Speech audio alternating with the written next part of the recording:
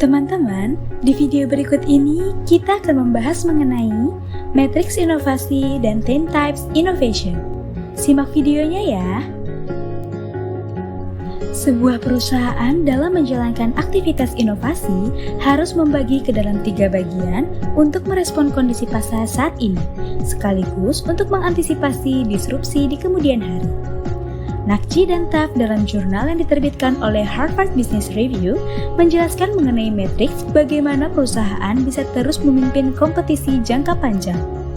Menurut Nakji dan Taft, perusahaan harus fokus pada 2 hal, yaitu 1. How to win atau inovasi. 2. Where to play atau market atau konsumen atau user. Dalam menjalankan bisnisnya, perusahaan perlu membagi aktivitas inovasinya menjadi 3 bagian, yaitu 1. Core atau inti, di mana bagian ini adalah dalam rangka mengoptimalkan produk atau layanan dan juga aset yang ada pada pasar atau konsumen yang sudah ada.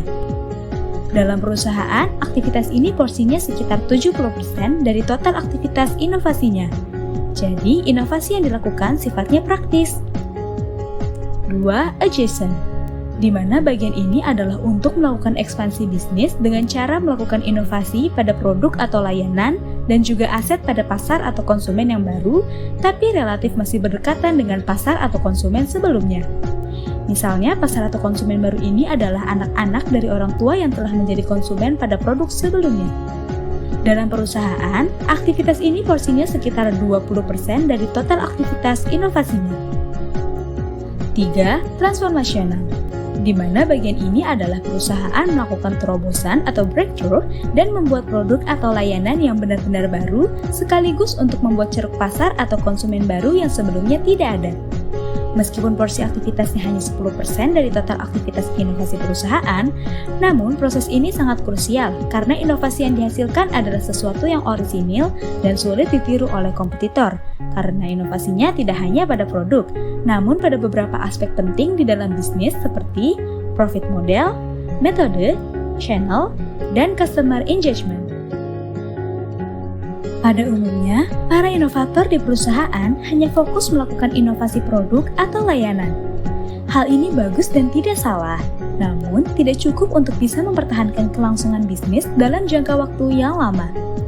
Produk atau layanan relatif mudah ditiru oleh kompetitor, sehingga perlu adanya integrasi inovasi dengan beberapa aspek penting lainnya di bisnis.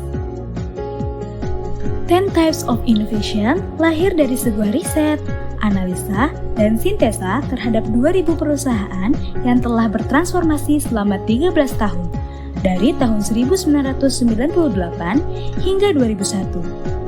Keeley dan tim melakukan riset bagaimana perusahaan-perusahaan tersebut melakukan transformasi inovasi melalui keunikan talenta dan sistem tata kelolanya.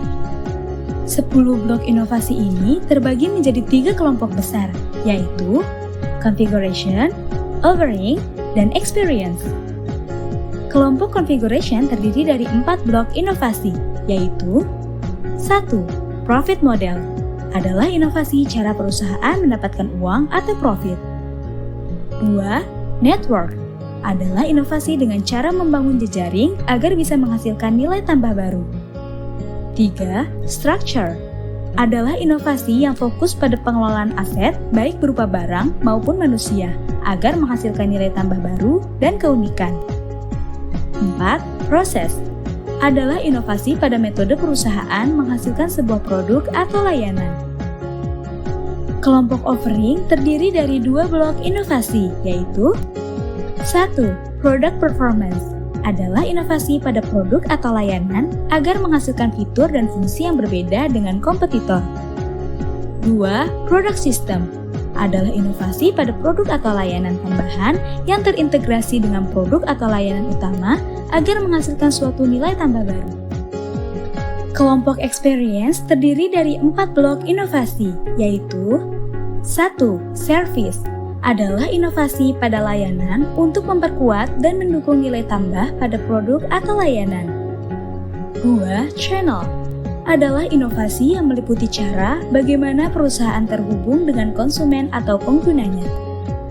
3. Brand adalah inovasi untuk memastikan bahwa konsumen atau pengguna mengenal, mengingat, dan mempunyai kecenderungan terhadap apa yang ditawarkan ketimbang oleh kompetitor. 4.